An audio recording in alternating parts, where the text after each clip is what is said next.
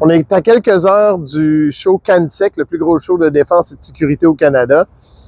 De plus en plus, l'empreinte du show grossit. Maintenant, il déborde de plus en plus à l'avant du stationnement du UI Center à Ottawa. Je ne sais pas où vont être les prochaines éditions, mais si ça continue à grossir, il manque de place. Dans les dernières semaines, probablement les 6 dernières semaines, j'ai au moins reçu 6 appels d'entreprises qui regardent le marché de la défense et qui se disent, on a tout pour performer dans ce marché-là. Comment je fais pour performer? Comment je fais pour rentrer dans le marché? La réponse est simple. C'est comme dans n'importe quel marché. Faites vos devoirs, connaissez c'est qui les joueurs clés, votre prospect clé, les prospects typiques, et puis approchez-les. Maintenant, quand vous les approchez, il y a une série d'éléments que vous devriez connaître déjà d'avance. Si vous les connaissez pas, il y a un problème.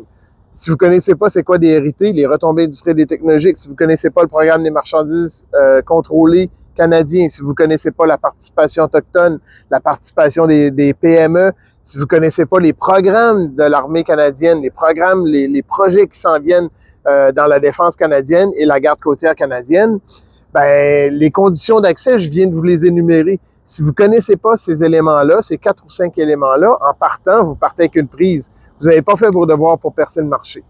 Le deuxième point, c'est une fois que vous connaissez les projets, une fois que vous connaissez les conditions d'accès que je viens d'énumérer, si vous connaissez les projets, vous allez être en meilleure position pour établir exactement qu'est-ce que vous pourriez offrir dans quel projet. Puis le dernier point, c'est d'approcher les donneurs d'ordre, d'approcher leurs fournisseurs avec un objectif précis, avec des intentions précises, pas juste « je veux fournir le marché de la défense ».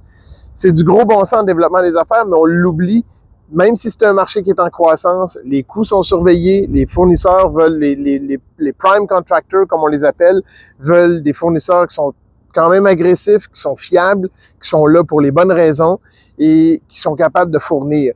Et si vous pensez que fournir la défense, c'est juste des grosses marges, il y a fournir la défense, oui, c'est des marges habituellement qui sont plus intéressantes que d'autres marchés, mais ça vient avec des responsabilités, ça vient avec des responsabilités de fiabilité, de performance et de présence à long terme, parce qu'un des aspects qui est le moins regardé dans les projets de défense présentement par les entreprises qui font du commerce, mais c'est regardé de façon intense par les acheteurs du gouvernement, c'est la partie support en service, c'est-à-dire le support logistique en service, Integrated Logistics Support en anglais.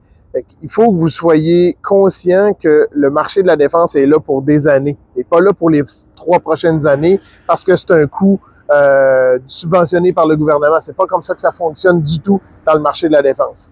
Alors, si vous faites vos devoirs, si vous êtes au courant de ce qui se passe dans le marché, vous faites quelques shows, vous allez déjà pouvoir identifier vos cibles et peut-être approcher le marché de façon plus efficace.